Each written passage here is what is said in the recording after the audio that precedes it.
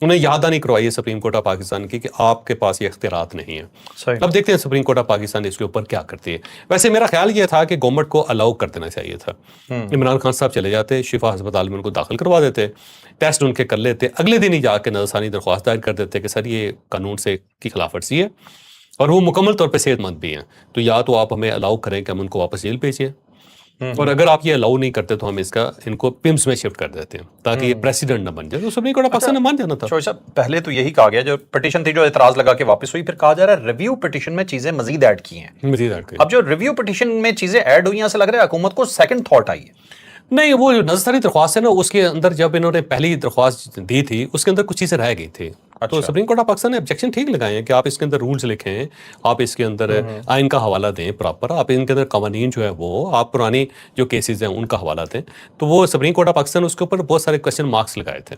اب انہوں نے اس کے مطابق وہ درخواست دی ہے, اور اس میں کوئی شک نہیں ہے کہ تھوڑی سی ہارش بھی ہے. اور ساتھ چیف کمشنر صاحب نے کہا جی کہ فوراً لگائی جائے, ہم چاہتے ہیں کہ جلدی ہیئرنگ کی جائے اس کی. چوہدری صاحب یہ تو یہ بھی کہا جا رہا ہے کہ یہ آئینی معاملہ ہے, صرف سپریم کورٹ کا معاملہ ہی نہیں ہے. دیکھو, آئین اور قانون بڑا کلیئر ہوتا ہے, اور جہاں پہ گرے ایریا ہوتا ہے سپریم کورٹ آف پاکستان اس کی وضاحت کر دیتی ہے. اب یہ کیونکہ جو پریزنس کا قانون ہے یہ گوروں کے زمانے کا بنا ہوا ہے, اور اس میں ہر چیز کلیئر ہے, اس کے اندر کوئی ایسی ایمبیگوٹی نہیں ہے. اور اس سے پہلے کوئی بھی ایسا شخص نہیں تھا جسے پرائیویٹ ہاسپٹل میں رکھا. ہاں البتہ ایک چیز بڑی دلچسپ ہے کہ عدالت یہ کہتی ہے کہ آپ پرائیویٹ ہاسپٹل میں ان کو داخل کروا دیں. گورنمنٹ یہ کہتی ہے کہ قانون میں اجازت ہی نہیں, لیکن میاں نواز شریف صاحب کو لندن بھجوانے کی اجازت تھی. ٹھیک ہے, اس کا مطلب یہ ہوا کہ اگر عمران خان صاحب یہ کہیں کہ میرا علاج باہر ہوگا تو مجھے باہر بھیج دیا جائے, تو پھر کورٹ کے پاس کوئی بچنے کی گنجائش نہیں ہوگی. اس چیز کے سب سے بڑے وکیل کون ہوا کرتے تھے کہ سرکاری اسپتال میں علاج ہونا چاہیے, یہ پرائیویٹ میں کیوں جاتے ہیں, یہ کون کہتا تھا؟ یہ سارے کہتے ہوتے تھے. عمران خان سب کہتے تھے. یار ایسے ہاں, وہ دو چیزیں کہتے تھے. ایک تو وہ کہتے تھے کہ جیلوں میں سہولتیں بہت زیادہ ان کے پاس, جب اے سی لگا ہوگا, اخبار مل جائے گا, باورچی اپنا ہوگا, کھانے مرضی کے جائیں گے باہر سے, کپڑے ان کی مرضی کے ان کو ملیں گے, تو پھر جیل تو نہ ہوئی نہیں ہے. اور وہ کہتا تھا میں واپس جا کے فوری طور پہ اے سی نہ اتاروں گا, ٹیلی ویژن اتاروں گا ان کے کمرے سے. دوسرا وہ یہ کہتا تھا کہ ظاہر ہے ان کا سرکاری علاج ہونا چاہیے, سرکاری علاج, اور جیل کے ہسپتال کے اندر ہونا چاہیے, ان کو باہر کیوں نکالا جائے. تو یہ عمران خان صاحب کہتے ہوتے تھے. اب وقت بدل گیا, جذبات بدل گئے, وقت بدل گیا, جذبات بدل گئے, نفسیات بدل گئے, ضرورتیں بدل گئی. ٹھیک. تو انسان جب پہاڑ کے نیچے آتا ہے تو سب کے ساتھ ایک جیسا سلوک ہوتا ہے, چکی میں پستا ہے تو سب کے ساتھ ایک جیسا سلوک ہوتا ہے, سٹ لگ جاتی ہے سب کے منہ سے چیخ نکلتی ہے. قانون دوسرے کے لیے ہوتا ہے, قانون دوسرے کے لیے ہوتا ہے. ٹھیک.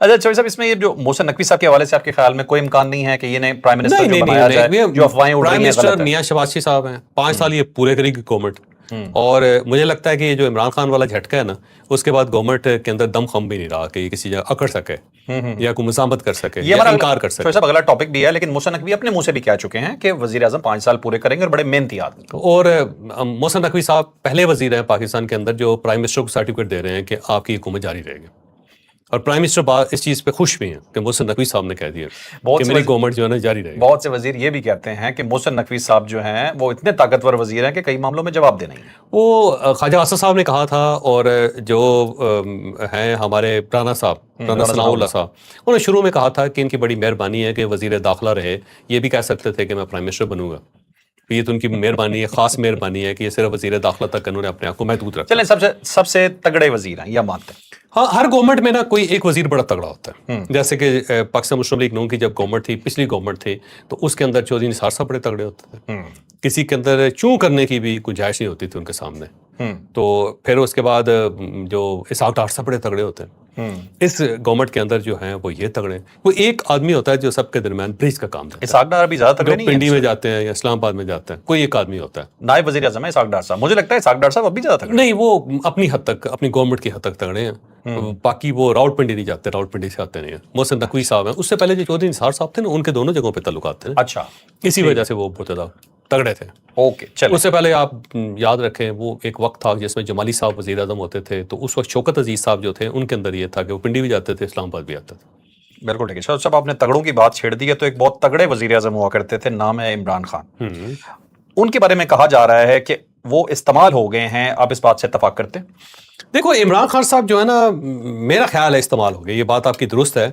اس کی وجہ یہ ہے کہ جب یہ محسن نقوی صاحب نے انتظامی یونٹس کی بات کی تھی تو اس وقت تھوڑا سا مسئلہ بنا تھا. پاکستان پیپلز پارٹی بھی سائڈ پہ ہو گئی تھی, نون لیگ پہ. ان دونوں کو یہ محسوس ہوا کہ جس کرسی کے اوپر ہم بیٹھے ہیں وہ اس کے اندر چھید کیا جا رہا ہے. جب کرسی ٹوٹی ہوگی تو اس کے اوپر بیٹھنے کا فائدہ کوئی نہیں ہے. تو ہمیں اس طرف نہیں جانا چاہیے اور اس پہ ریزسٹ کرنا چاہیے. آپ دیکھیں میاں نواز شریف صاحب کے ساتھ پرائم منسٹر صاحب کی ملاقات بھی اور اس کے بعد جو خبریں باہر آنی شروع ہوئی کہ یار ایسے اقتدار کے اوپر تو لات مار دینی چاہیے, کوئی فائدہ نہیں اس کا. اس کے بعد جو عمران خان صاحب جو ہے نا, عمران خان صاحب یاد رکھیں یہ ایک نیوکلیئر بم ہے.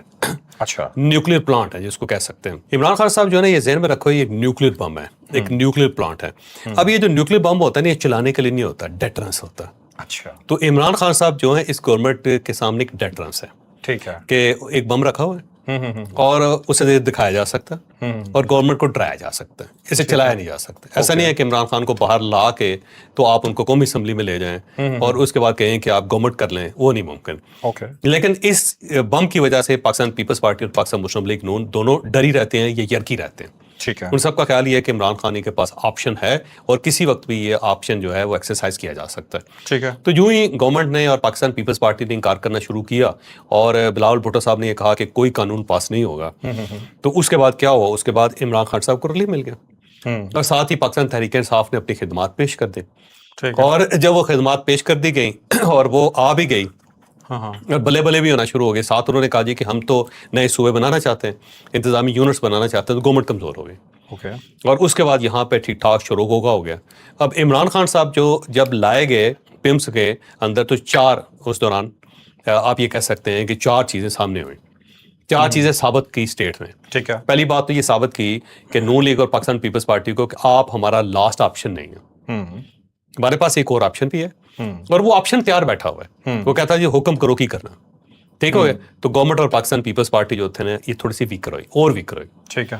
دوسری بات یہ ہے کہ عمران خان اور پاکستان تحریک انصاف کو بتایا گیا کہ جناب ہم ہی ہیں, ہمارے ساتھ ہی معاملات سیٹل کرنے پڑیں گے آپ کو, جب بھی کرنے پڑیں گے. اس کے علاوہ آپ کے پاس آپشن کوئی نہیں ہے کہ سڑکوں پہ نکل آئے یا شوروں گوگا کر لیا, تلواریں چلا دیں.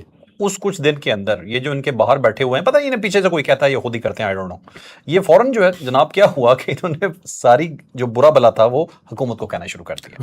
اس سے پہلے اسٹیبلشمنٹ کے پیچھے پڑے ہوئے تھے وہ 24 سے 48 گھنٹے, اور ابھی بھی ٹو سم ایکسٹینٹ ان کے جو رخ ہیں وہ حکومت کی طرف. اصل میں اسٹیبلشمنٹ نے پتہ چلا نا, انہوں نے مہربانی کرتی ہے تو اب ان کو ناراض نہیں کرنا چاہتے تھے. تو گورنمنٹ ایک پنچنگ بیگ ہے, آپ پنچ مارتے جائیں اس کو, اس بیچارے نے کیا کرنا ہے. ٹھیک ہے. تو بہرحال اس کے بعد دوسرا یہ کام یہ ہوا کہ جو پروپیگنڈا تھا کہ عمران خان جو ہے وہ دنیا سے رخصت ہو گئے ہیں, پروف آف عمران خان صاحب کو دکھا کے انہوں نے کہا جی یہ جی پروف آف لائف دے. پھر یہ ایک بہت زیادہ بیمار ہے جی, تو باہر لا کے کہ یہ بیمار ہے جی, بیان نے کہا ماشاءاللہ بالکل فٹ ہے اور ان کا بلڈ پریشر بھی ٹھیک ہے, ان کو ان کی انگزائٹی ڈپریشن ہے تھوڑا سا, اور اس کے بعد جو ان کی آنکھ کا مسئلہ تھا وہ بھی بیان نے کہا کہ ٹھیک ہو گیا ہوا. اور آخری سٹیمپ بھی لگا دی کہ بلڈ پریشر بھی میں خود چیک کر کے خود چیک کر. اور ایک اور چیز ریاست نے یہ ثابت کر دی کہ حکم کسی کا بھی ہوگا, امپلیمنٹ ہم نہیں کرنا. ٹھیک ہے. جب تک ہم امپلیمنٹ نہیں کریں گے نہیں ہوگا, کر لو جو کرنا آپ نے. تو یہ 4-5 چیزیں, اور اس دوران 2 فائدے بھی لیے گورنمنٹ نے. ایک فائدہ تو یہ لیا کہ آرمی ایکٹ کے اندر تبدیلی کی گئی اور جو اختیارات ہیں وہ بڑھا دیے گئے فوج کے. اچھا, اس کے اندر 2 چیزیں ہیں جو میں سمجھتا ہوں کہ وہ میں ذرا اس چیز کو سمجھنا چاہ رہا ہوں. یہ خبر تھی لیکن مجھے یہ بات اس طرح سے سمجھ نہیں آ رہی تھی, تو میں آپ کے آنے کا ویٹ کر رہا تھا. یہ آرمی ایکٹ جو تبدیلی ہوئی ہے, یہ ایکچوئل کیا پوزیشن تبدیل ہوئی ہے, کس کی طاقت بڑھی ہے؟ اب تو ایک تو یہ ہے کہ وہ جو فیلڈ مارشل ہیں وہ اپنے متحد کسی بھی افسر کو فارغ کر سکیں. ٹھیک ہے. اس سے پہلے یہ اختیار ان کے پاس نہیں تھا. ٹھیک ہے. جو ہے نا نان کمیشنڈ آفیسر ان کو فوج نکال سکتی تھی, جو کمیشنڈ آفیسر ہیں ان کو پرائم منسٹر آف پاکستان کی مرضی کے بغیر نہیں نکالا جا سکتا. اوکے. اور یہ پتہ اس وقت لگا جب جنرل باجوہ صاحب نے کچھ آفیسرز کو نکالا نا, اور وہ آفیسر بلکہ نیوی کے بھی تھے, کچھ ایئر فورس کے بھی تھے, کچھ فوج کے بھی تھے, اور ان میں سے پھر وہ لوگ چلے گئے عدالت, کورٹ چلے گئے. انہوں نے کہا جی ہمیں ان کے پاس تو اختیار ہی نہیں آرمی چیف کے پاس ہمیں نکالنے کا. تو یہ انہوں نے کیسے نکال دیا؟ کورٹ مارشل کے ذریعے نہیں نکالا جاتا تھا؟ کورٹ مارشل کے ذریعے نکالا جا سکتا ہے, لیکن بغیر کورٹ مارشل کے آرڈر پہ نہیں, ڈائریکٹ آرڈر پہ نہیں نکالا جا سکتا.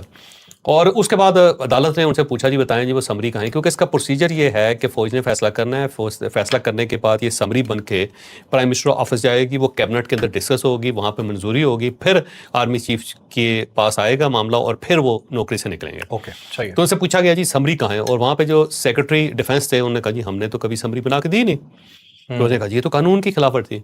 جب وکیل نے یہ ثابت کیا کہ قانون کی خلاف ورزی ہے تو ججوں کے پاس کوئی آپشن نہیں تھا سوائے ان کو بحال کرنے کے.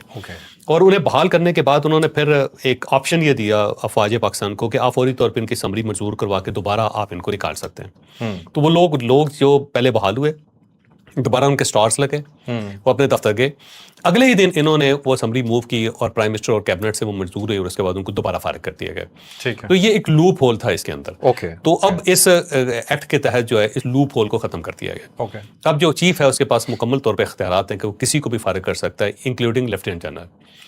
لیکن دوسری فوج کے جو مثلا ایئر فورس کے ہیں یا نیوی کے جو کمانڈر ہیں یا ان کے چیف ہیں ان کو فارغ نہیں کر سکتے. وہ اسی پروسیجر کے ٹائپ پرائم منسٹر ہی کے پاس یہ آپشن ہے کہ وہ کر سکتے ہیں. مطلب سی ڈی ایف کے پاس جو اختیارات ہیں وہ آرمی کے, وہ صرف آرمی کے.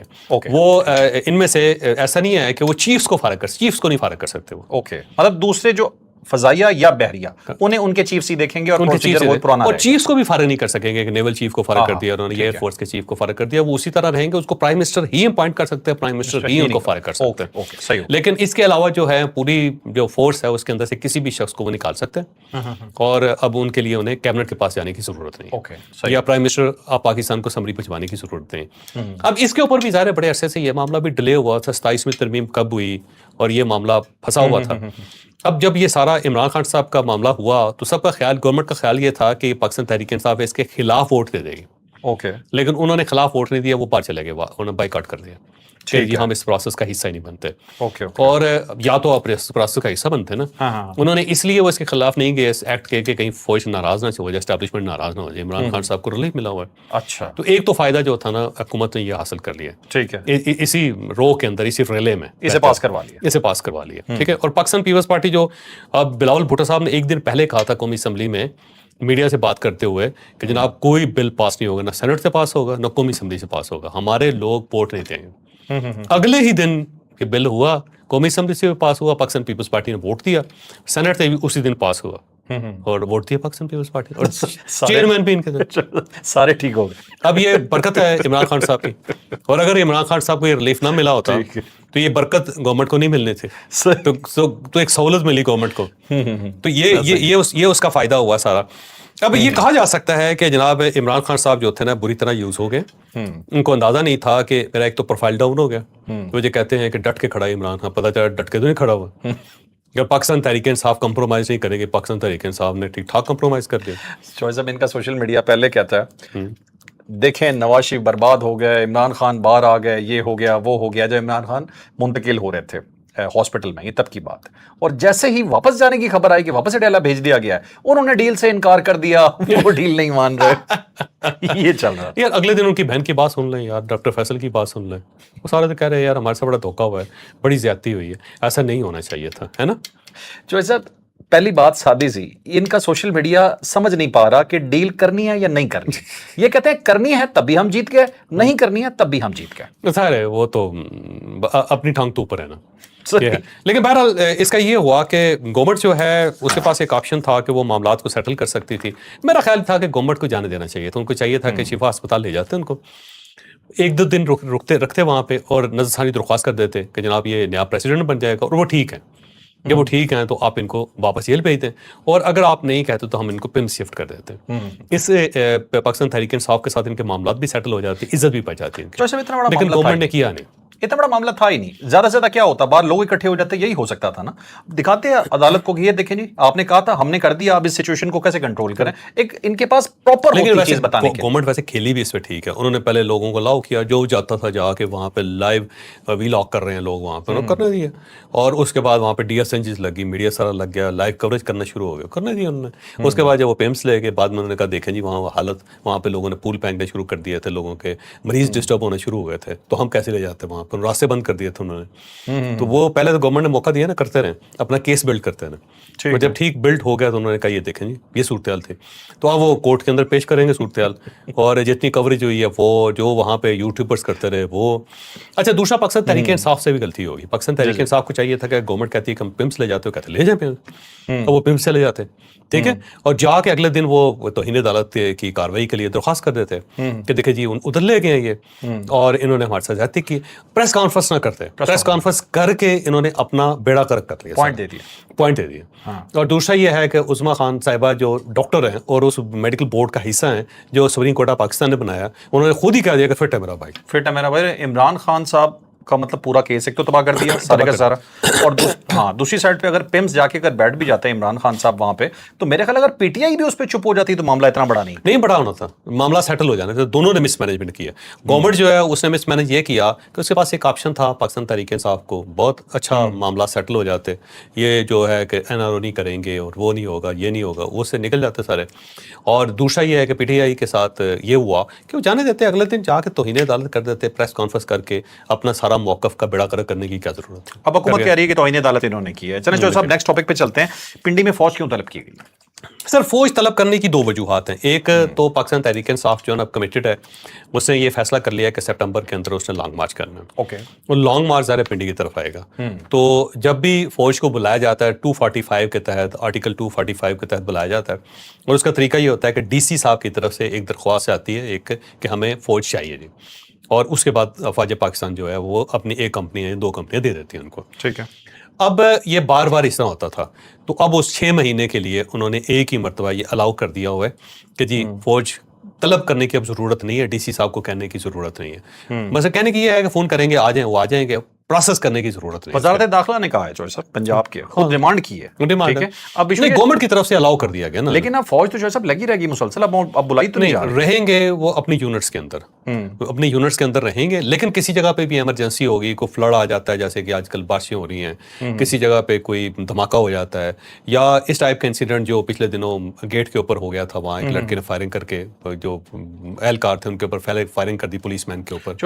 افواج پاکستان کے ایک چیز کہی جا رہی ہے کہ شاہراہوں کو مینیج کرنے کے لیے, سیکیورٹی کو مینیج کرنے کے لیے فوج ضلعی انتظامیہ کے ساتھ مل کے کام کرے گی. اب لگ ایسے رہا ہے کہ پورے شہر کا انتظام یا اکارڈنگ ٹو نیوز بتا رہا ہوں کہ وہ اب اندر راولپنڈی کی جو پیریفری ہے نا سارے سب فوج کے پاس ہوگا. 3 کمپنیز ہیں اور وہ ہر وقت ایکٹیو رہیں گی. ٹھیک ہے, اب ایک کمپنی ہوتی ہے اس کے 100 سے لے کے 120 جوان ہوتے ہیں, اور سینئر کیپٹن یا پھر میجر ان کا لیڈر ہوتا ہے, اور اب وہ ہر وقت تیار ہے. ایک تو یہ ٹھیک ہے, اور دوسرا یہ ہے کہ سیکیورٹی کے لیے, کہ ہر وقت سیکیورٹی کے لیے جو نا وہ ایکٹیو رہیں, کوئی بھی ہیں, اور شاہراہوں پہ موجودگی کا اشارہ, اشاروں پہ موجودگی بھی. اب وہ جو ہے نا پولیس کے ساتھ اور سول ایڈمنسٹریشن کے ساتھ رہیں گے وہ, اور وہ رہیں گے راولپنڈی کی حد تک, کیونکہ آنے والے دنوں میں اگر کوئی کرائسس ہو جاتا ہے تو افواج وہاں پہ موجود ہے. جیسے کہ وہ جب اس نوجوان نے جو پی ٹی اے کا تھا جس نے جب فائر کیا تھا, 2 نوجوان تھے, اور جب وہ سولجرز کے اوپر اس نے فائر کیا تو اس کے بعد سول انتظامیہ آئی نے پہلے, اس نے پھر پورا پروسیس کر کے فوج کو بلایا. تو اب اگر یہ واقعہ دوبارہ اس ٹائپ کا ہوتا ہے تو فوج کو آنے کی ضرورت نہیں ہے, آلریڈی وہاں پہ ہوگی. مطلب یہ 27 کو کہیں اڈیالہ نہ چلے جائیں یا جی ایس کیو نہ چلے جائیں, یہ بات راولپنڈی کی طرف نہ ہے, راولپنڈی کی طرف نہ ہے. ٹھیک ہے, ویسے جو میں بات بتاؤں یہ بات ہے بالکل, اس بات میں وزن ہے, لیکن ابھی بھی میں اس چیز سے مطمئن نہیں. میں آپ کو صحیح بتاؤں, 6 مہینے کے لیے آ جانا اکٹھا, مطلب شہر کے اندر آنے والے دنوں میں بہت ساری چیزیں کھلیں گی, مجھے لگ رہا ہے کرائسس پیدا ہونے والے ہیں اس وجہ سے. کوئی پرابلم ہے, جو چیزیں ہو سکتا ہے ہمیں نہ پتہ ہوں, دہشت گردی کے خطرے ہیں, بہت ساری چیزیں, کوئی سیکرٹ ہے, کوئی چیز ایسی ہے, لیکن اس کا مطلب یہ نہیں ہے کہ کوئی 111 بریگیڈ بلا لیا گیا. نہیں 111 بریگیڈ نہیں چاہو سر. آپ کو پتہ ہے ویسے یہ مذاق کی بات ہے, یہ ہنسی میں نا یہ نہ ہو کہ جی مجھے آپ کامنٹس میں اڑائی کھڑے ہوں, آپ کو پتہ ہے ہم ذرا کھل کے بولتے ہیں. وہ 111 بریگیڈ آپ کو پتہ ہے گارڈ کرتی ہے ریڈ زون کو سارا. ٹھیک ہے, وہ کہتے ہیں کہ کو کیا ہوتا ہے, صرف 111 بریگیڈ کا منہ دوسری طرف ہو جاتا ہے.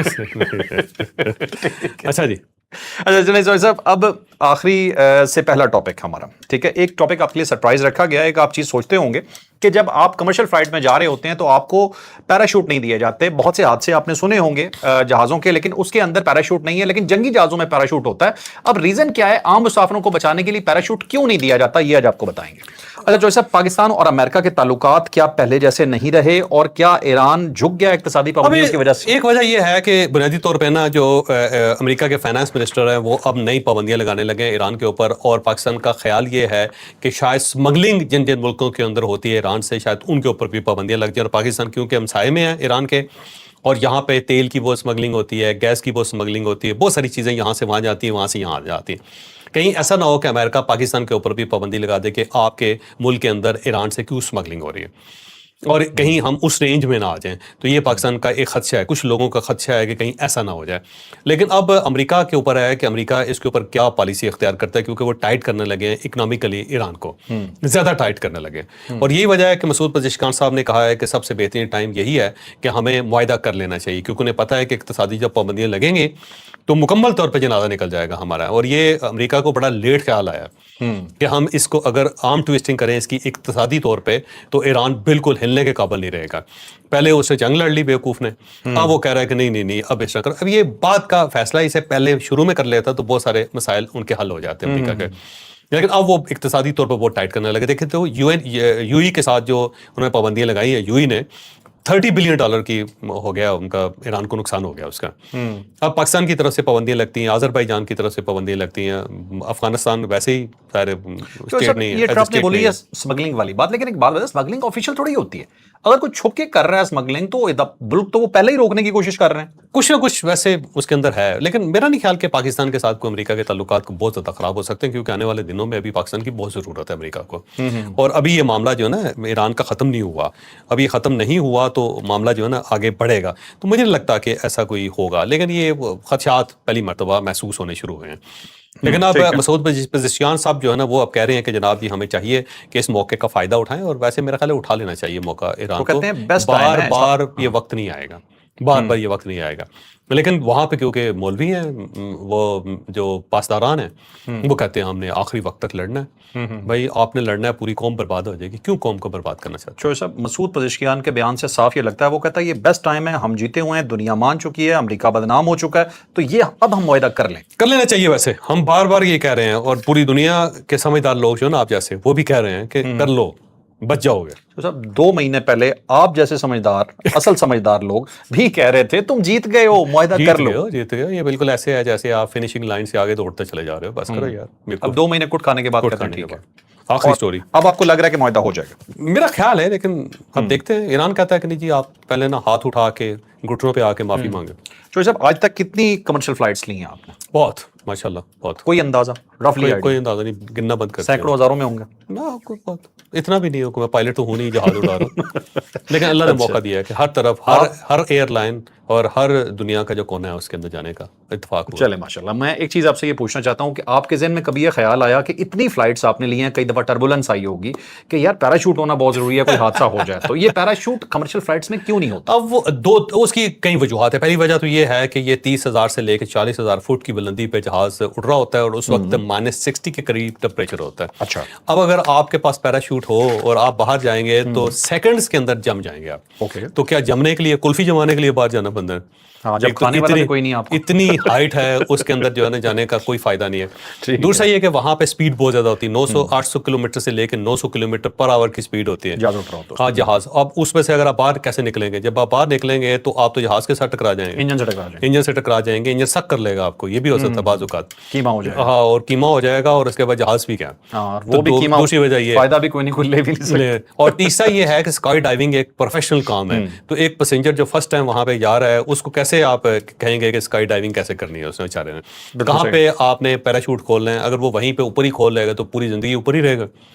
اوپر سے خلا میں جانا ہے, اس نے کہاں جانا ہے؟ یہ تو زمین سے 200 فٹ کے فاصلے پہ جا کے کھولنا ہوتا ہے, یہ بہت کم ہائٹ ہوتی ہے, یا 400 یا 500 فٹ کے فاصلے پہ جا کے کھولنا وہی میں کہہ رہا تھا تھوڑے سے فٹ بڑھا لیں, زیادہ کم کر دیں تو اس کے بعد آپ نے کھولنا ہوتا ہے. تو وہ ظاہر پروفیشنل تو ہے نہیں کہ. اور تیسرا یہ ہے کہ وہاں پہ 300 مسافر ہیں, 300 مسافروں کے آپ کے پاس کہاں اتنا ٹائم ہوگا کہ سب کے پیراشوٹ باندھتے رہیں. اور اگلی بات یہ ہے کہ اس کے دروازے نہیں ہوتے, جو جہاں سے پروفیشنل جمپ کرتے ہیں وہ تو C-130 ہوتے ہیں, اس کے پراپر پیچھے دروازہ ہوتا ہے جس کے اندر ویکیوم کریٹ نہیں ہوتا, یا ہوا نہیں جاتی, آپ آسانی سے چھلانگ لگا سکتے ہیں.